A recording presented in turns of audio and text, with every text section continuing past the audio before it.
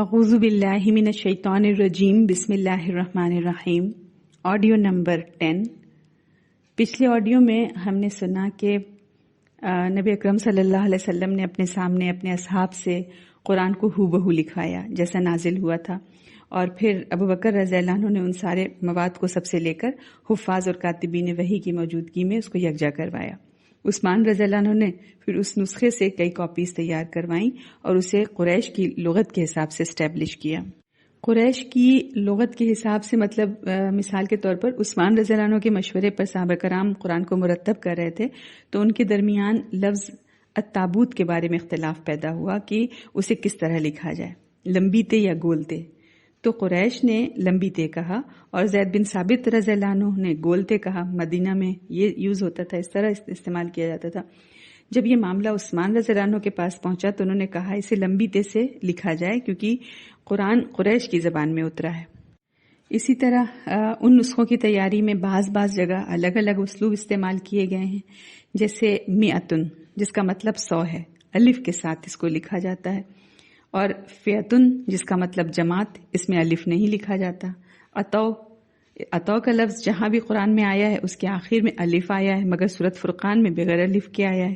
اسی طرح کتاب ہمیں کاف تا با کی شکل میں ملے گا اور تا کے اوپر کھڑا زبر ہے، حالانکہ عام طور پر عربی میں تو کاف تا الف با لکھتے ہیں کتاب، لیکن قرآن میں کئی جگہ کھڑا زبر اور کئی جگہ الف کے ساتھ ہے۔ یہ کیوں ہے؟ اس کی کوئی حکمت نہیں معلوم، لیکن انہوں نے ایسے ہی لکھا۔ میعاد میں ہر جگہ الف لکھا ہے لیکن سورۃ انفال میں بغیر الف کے ساتھ لکھا ہے، اور کبھی ایسا بھی گزرا کہ ایک حرف 2 مرتبہ لکھا گیا، جیسے والسماء بنیناہا بأیدن میں ایدن کو 2 یا کے ساتھ لکھا گیا ہے، ایک یا میں نقطے ہیں دوسری یا میں نقطے نہیں ہیں۔ تو یہ نہیں پتا چل سکا کہ جہاں لکھا گیا ہے کیوں لکھا گیا اور جہاں نہیں لکھا وہاں کیوں نہیں لکھا گیا۔ کچھ لوگ کہتے ہیں یہ بھی توقیفی ہے، یعنی اللہ کے حکم سے ہے، لیکن اس کے توقیفی ہونے کا ثبوت کسی حدیث سے ثابت نہیں۔ صورتوں کے نام، آیتوں کی جگہ، ان کی مقدار، صورتوں اور آیتوں کی ترتیب سب توقیفی ہے اور ان کے متعلق حدیث بھی ملتی ہے، لیکن اس طرح کے خاص اسلوب، حذف اور ایڈیشن والے یا ڈیفرنٹ انداز میں لکھنے والے ہمیں روایت سے ان کا توقیفی ہونا نہیں ملتا۔ اب واللہ عالم اللہ تعالیٰ نے یہ بات ان کے دل میں ڈالی، زید بن ثابت رضی اللہ عنہ کے یا عثمان رضی اللہ عنہ نے ان کو یہ اسلوب لکھنے کی ہدایت دی، یا نبی اکرم صلی اللہ علیہ وسلم نے خود ان کو ہدایت دی تھی، کیونکہ زید بن ثابت رضی اللہ عنہ اور عثمان رضی اللہ عنہ نبی اکرم صلی اللہ علیہ وسلم کے کاتبین وحی میں سے تھے، اور زید بن ثابت رضی اللہ عنہ تو خاص الخاص کاتب تھے نبی اکرم صلی اللہ علیہ وسلم کے۔ تو یہ اسلوب کیسے اپنایا گیا اس کے بارے میں کوئی ٹھوس روایت نہیں ملتی۔ تو قرآنی نسخوں کو مرتب کرتے وقت اس کو لکھنے کا جو یہ خاص طرز اور انداز اختیار کیا گیا، علماء نے اس کا نام رسم المصحف رکھا ہے، اور عثمان رضی اللہ عنہ کی طرف اس کو منسوب کر کے رسم عثمانی یا خط عثمانی بھی کہا جاتا ہے۔ تو یہ قرآن پاک لکھنے کا جو اسلوب تھا، جو ہینڈ رائٹنگ اور اسپیلنگ عثمان رضی اللہ عنہ کے زمانے میں قرآن کو اسٹیبلش کرتے وقت اپنائی گئی، اب اس کی پابندی واجب اور لازمی سمجھی جاتی ہے، اور آج تک قرآن مشرق سے لے کر مغرب تک، شمال سے جنوب تک جہاں جہاں لکھے جاتے ہیں وہ اسی کے مطابق ہی لکھے جاتے ہیں۔ لوگوں میں کوئی کنفیوژن نہ ہو، اسی وجہ سے عثمان رضی اللہ عنہ نے حکم دیا جس کے پاس ذاتی نسخے ہیں یا جیسا بھی ذخیرہ ہے وہ سرکاری کارندوں کے پاس جمع کروا دیا جائے۔ جب اسلامی فتوحات پھیل رہی تھیں، وہاں صحابہ اور تابعین اپنے سینوں میں قرآن لیے جا رہے تھے، کچھ نے اپنے ذاتی نسخے بھی ساتھ رکھے تھے، ان نسخوں سے بھی لوگوں نے اپنے نسخے تیار کیے تھے۔ تو یہ ممکن تو تھا نہیں کہ مدینہ سے لے کر روس اور سوڈان اور اسپین تک سارے نسخوں کو چیک کروایا جائے اور ان کو عثمان رضی اللہ عنہ کے نسخوں سے ویریفائی کیا جائے۔ اس لیے جو کام آسان تھا وہ یہ تھا کہ ان سب کو ضبط کر کے ضائع کر دیا جائے۔ تو ان حکام کو حکم دیا گیا کہ ان کو لے کر جلا دیا جائے، اور جو عثمان رضی اللہ عنہ نے اس نسخے تیار کروائے تھے اس کی کئی کاپیز بھی تیار کروائی گئی تھی، تو وہ وہاں بھیج دی گئی تاکہ وہ ان نسخوں سے کاپی کر لیں۔ علی رضی اللہ عنہ نے فرمایا عثمان رضی اللہ عنہ نے جو کیا بالکل ٹھیک کیا، اگر ہم میں سے کوئی بھی ان کی جگہ ہوتا تو وہ بھی یہی کرتا۔ اللہ تعالیٰ ان کو جزائے خیر عطا فرمائے۔ پھر اس طرح امت ایک مصحف پر جمع ہو گئی۔ اس وقت سے عثمان رضی اللہ عنہ کا لقب پڑ گیا جامع الناس علی القرآن، یا جامع القرآن، قرآن پر لوگوں کو جمع کرنے والے۔ اور وہ نسخہ جو عثمان رضی اللہ عنہ نے اوریجنل نسخہ جو حفصہ رضی اللہ عنہ سے منگوایا تھا اور ان کو واپس کر دیا تھا، اس کا کیا ہوا کہ مروان جب خلیفہ بنا تو اس نے بہت کوشش کی کہ حفصہ رضی اللہ عنہ سے وہ نسخہ لے کر جلا دے، لیکن حفصہ رضی اللہ عنہ نے نہیں دیا۔ پھر ان کی وفات کے بعد مروان نے وہ صحیفے جلوا دیے، یہ کہہ کر کہ ان صحیفوں میں جو کچھ لکھا تھا اسے عثمان رضی اللہ عنہ کے جمع کردہ قرآن میں نقل اور محفوظ کر لیا گیا ہے۔ مجھے ڈر تھا کہ آگے چل کر کوئی شخص ان صحیفوں کے بارے میں شک و شبہ کا اظہار کرنے لگے گا، اس لیے میں نے اس کو جلا دیا۔ اور عثمان رضی اللہ عنہ نے جو بہت سی کاپیز تیار کروائی تھیں وہ کئی سو سال تک باقی رہیں، اور ان سب کا تذکرہ جو ہے تاریخ میں ملتا ہے۔ ان میں سے 4 ابھی بھی دنیا میں موجود ہیں، ایک دمشق میں، ایک ٹرکی میں، ایک تاشقند میں اور ایک لندن میں ہے۔ تو الحمدللہ قرآن کا متن تو محفوظ ہو گیا، اور چونکہ سب لوگ تو عرب تھے، ان کی اپنی زبان عربی تھی، صحابہ کرام سارے کے سارے حافظ تھے، اس لیے ان کو ایسی چیزوں کی ضرورت نہیں تھی جو بعد والوں کو پیش آئیں۔ اس وقت عام طور پر نقطے لگانے کا رواج نہیں تھا، تو قرآن میں بھی نقطے نہیں لگے تھے۔ عثمان رضی اللہ عنہ کی وفات کے تقریباً 40 سال گزر گئے، تو ایک روایت کے مطابق علی رضی اللہ عنہ کے حکم سے ان کے ایک شاگرد ابو الاسود دولی انہوں نے قرآن پر نقطے لگائے۔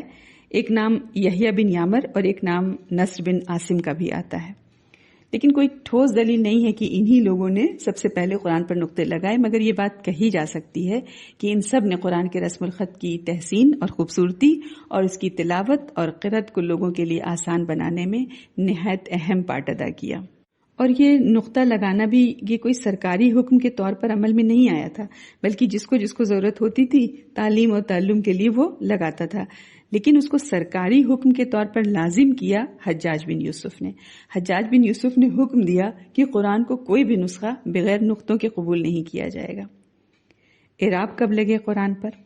یہ دیکھتے ہیں کہ جیسے آج بھی اس وقت اعراب کا رواج نہیں ہوا تھا، بلکہ ہم آج بھی دیکھتے ہیں کہ بغیر عرب جو ہے بغیر زبر زیر کے ہی لکھتے ہیں، کیونکہ اہل زبان کو ان کی ضرورت نہیں پڑتی، صحابہ تابع اور تبع تابعین کو بھی اس کی ضرورت نہیں پڑی۔ ہمیں بھی جو کتابیں پڑھائی جاتی تھی ان پر بھی اعراب نہیں لگے ہوتے ہیں، بلکہ ابھی بھی ہم لوگ ویب سائٹ کھولیں عربک کی تو ان پہ اعراب ہوتے ہی نہیں ہیں، تو عربوں کو تو اس کی کوئی ضرورت تھی نہیں۔ لیکن بہت جلد غیر عرب اقوام بھی عرب میں داخل ہوئی، بر صغیر تک اسلام پہنچ گیا، آرمینیا، آذربائیجان اور اسپین تک اسلام پھیل گیا۔ اب ان کو قرآن کے تلفظ کی ادائیگی کے لیے اعراب کی ضرورت پڑی۔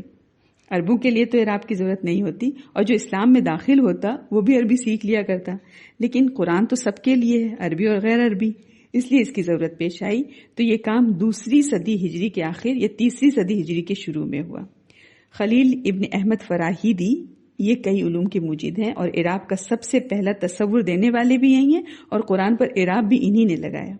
پھر اس کے بعد سے جب بھی قرآن لکھا جاتا وہ انہی نقطوں اور زیر زبر کے ساتھ لکھا جاتا اور کوفی رسم الخط میں لکھا جاتا، اور یہ جو کوفی رسم الخط تھا ہجرت سے 400 سال تک اسی خط میں لکھا جاتا رہا۔ پھر اس کے بعد دوسرا خط پیدا ہوا، خط نسخ، اور آج تک قرآن خط نسخی میں لکھا جاتا ہے۔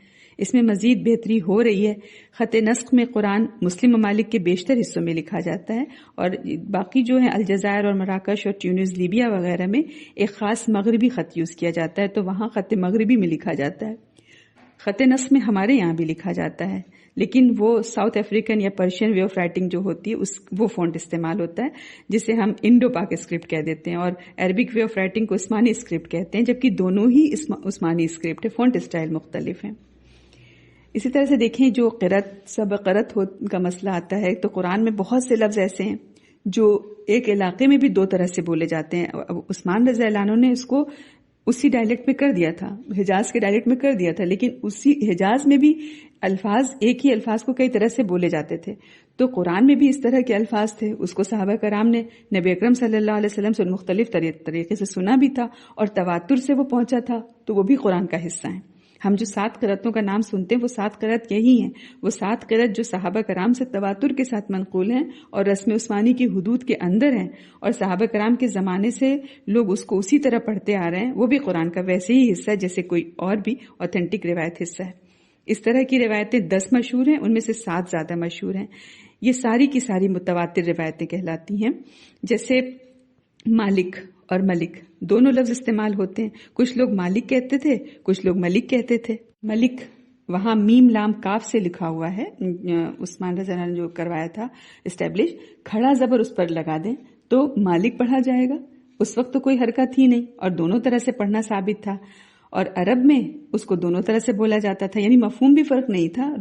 روز جزا کا مالک، روز جزا کا بادشاہ. تو یہ مختلف قرأتیں جن کی تعداد 7 یا 10 ہیں وہ قرآن کے رسم عثمانی میں موجود ہیں. اس وقت جو قرآن لکھا جاتا ہے اس میں تو وہ تمام قرأت شامل ہیں، لیکن زبر زیر لگانے سے ایک قرأت کو پھر خاص کرنا پڑتا ہے. اب مالک اور ملک میں سے ایک کو چوز کرنا پڑے گا، دونوں ہی صحیح ہیں.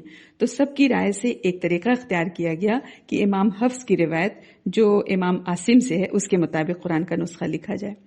عاصم ابن نجود قرأت کے بہت بڑے امام تھے. انہوں نے ابی بن کعب اور عبداللہ بن مسعود ان 2 صحابی سے بالواسطہ قرآن کی تعلیم پائی تھی. ایک واسطے سے یہ خود تابعی تھے، ان سے روایت کرتے ہیں ان کے تابعی حفص. تو یہ روایت حفص کہلاتی ہے، حفص ان عاصم ابن نجود الکوفی. اس وقت جو نسخے قرآن کے لکھے جا رہے ہیں وہ انہی کی روایت کے مطابق لکھے جا رہے ہیں. اور دوسری روایت ورش کی ہے جس میں کہیں کہیں لفظی اختلاف ہے. مراکش، جزائر، ٹیونس، لیبیا وغیرہ میں روایت ورش کے مطابق قرآن کے نسخے ہیں. وہاں ملک یوم الدین ہے، ہم لوگ میں مالک یوم الدین. اسی طرح سے کھڑا زبر جہاں جہاں ہے وہاں امالہ ملے گا، جیسے والضحیٰ ہم لوگوں میں، تو ان کی روایت میں والضحیٰ، سجا تو سجے وغیرہ، تو وہ بھی صحیح ہے، وہ بھی نبی اکرم صلی اللہ علیہ وسلم سے ثابت ہے. ان میں صرف پروننسیشن کا فرق ہے، لکھنے میں کوئی فرق نہیں ہے. تو جس فارم میں ہمارے پاس یہ بہترین رسم الخط اور بہترین آرائش کے ساتھ قرآن موجود ہے وہ یکبارگی مکمل نہیں ہوا تھا، بلکہ یہ تدریجی طور پر جاری رہا. بڑی بڑی رکاوٹیں بھی آتی رہیں، اختلاف بھی ہوتے رہے، لیکن چونکہ اللہ تعالیٰ کی کتاب کو غیر عربوں تک بھی پہنچنا تھا اس لیے اس کی فکر بھی صحابہ، تابعی اور طبع تابعی اور اسلامی حکمرانوں کو رہی. قرآن کی آیات کو اعراب دینے کی بات ہو یا اس کو تشکیل دینے کی بات ہو یا اس کے حواشی لکھنے کی بات ہو یا مکی اور مدنی صورتوں کو لکھنے کی بات ہو، ہر بات پر رکاوٹیں آئیں. ان سارے امور کو کراہت سے دیکھنے کا آغاز اسی وقت ہوا تھا جب عبداللہ بن مسعود رضی اللہ عنہ نے کہا کہ قرآن کو خالص رہنے دو، اس میں کسی چیز کو مت ملاؤ. تو پھر حواشی اور تفاسیر کو قرآن کے نسخوں سے الگ رکھا گیا. البتہ نقطہ لگانے پر لوگوں نے اس لیے کام کیا کہ اس میں یہ خطرہ نہیں تھا کہ غیر قرآن کو قرآن سمجھ لیا جائے گا. لیکن پھر بھی 5ویں صدی ہجری تک اس طرح کے اعتراضات اٹھتے ہی رہے کہ قرآن پر اعراب اور نقطہ بھی نہیں ہونا چاہیے. لیکن پھر 5ویں صدی ہجری کے بعد یہ سختی ختم ہو گئی، کیونکہ یہ اتنی عظیم کتاب پر اعراب اور نقطے کی بات تھی کہ لوگ اس ڈر سے کہ کہیں قرآن غیر قرآن غلط ملت نہ ہو جائے، اس لیے وہ کچھ نہ کچھ ڈر اور شبہ کی وجہ سے اس پر اعتراض کرتے تھے. یہاں تک کہ جب نقطے کی بھی بات ہوئی تو یہ ہوا کہ ارے نقطہ جو سیم سیاہی سے نہیں لگایا جائے کیونکہ اس سے رسم الخط تبدیل ہو جائے گا. تو اتنی پریکاشن. لیکن پھر اس کے بعد ایک زمانہ ایسا آیا جب لوگ حرکات اور نقاط کو ناپسند کے بجائے پسند کرنے لگے. جس طرح پہلے ڈرتے تھے کہ نقطے اور اعراب لگانے سے کہیں قرآنی حروف نہ بدل جائیں، اب یہ خطرہ ان کو کھانے لگا کہ اگر اعراب اور نقطہ نہیں لگا تو جاہل لوگ اس کی تلاوت میں غلطیاں کرنے لگیں گے. تو مطلب یہی ہے کہ قرآن کے الفاظ کی حفاظت کے لیے پہلے نقطوں اور اعراب میں کراہت حائل تھی، اب وہی حفاظت نقطوں اور اعراب میں حسن تلاش رہی تھی. تو زمانہ جوں گزرتا گیا لوگ قرآن کے رسم الخط کو آسان تر بنانے کے لیے سرگرم رہے. یہ سہولت ہر زمانے میں ایک نئی صورت اختیار کرتی رہی، نئی علامات، نئے اشارات، نئے سائنس وجود میں آئے. تو الحمدللہ یہ تھی کچھ باتیں جو علوم القرآن سے متعلق تھیں، جو میں نے الحمدللہ 10 ایپیسوڈ میں مختصراً آپ کے سامنے رکھی. والسلام علیکم ورحمۃ اللہ وبرکاتہ.